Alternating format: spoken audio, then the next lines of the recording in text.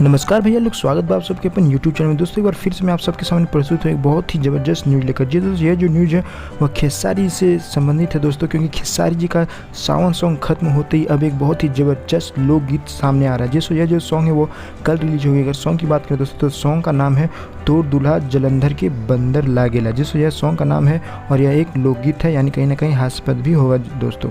बहुत ही ज़बरदस्त सॉन्ग है। अगर सॉन्ग की बात करें तो यह सॉन्ग में जो लिरिक्स हैं वो है अखिलेश कश्यप जी का दोस्तों। और अगर म्यूजिक की बात करें तो म्यूजिक है इसमें श्याम सुंदर जी का। जैसे म्यूजिक है श्याम सुंदर जी का और यह जो सॉन्ग है वो कल रिलीज किया जाएगा। यह एक ऑडियो सॉन्ग है दोस्तों, कल इसका ऑडियो रिलीज किया जाएगा और बाद में फिर इसका एक वीडियो भी रिलीज किया जाएगा। तो ऑडियो की बात करें दोस्तों तो यह कल सुबह रिलीज की जाएगी दोस्तों।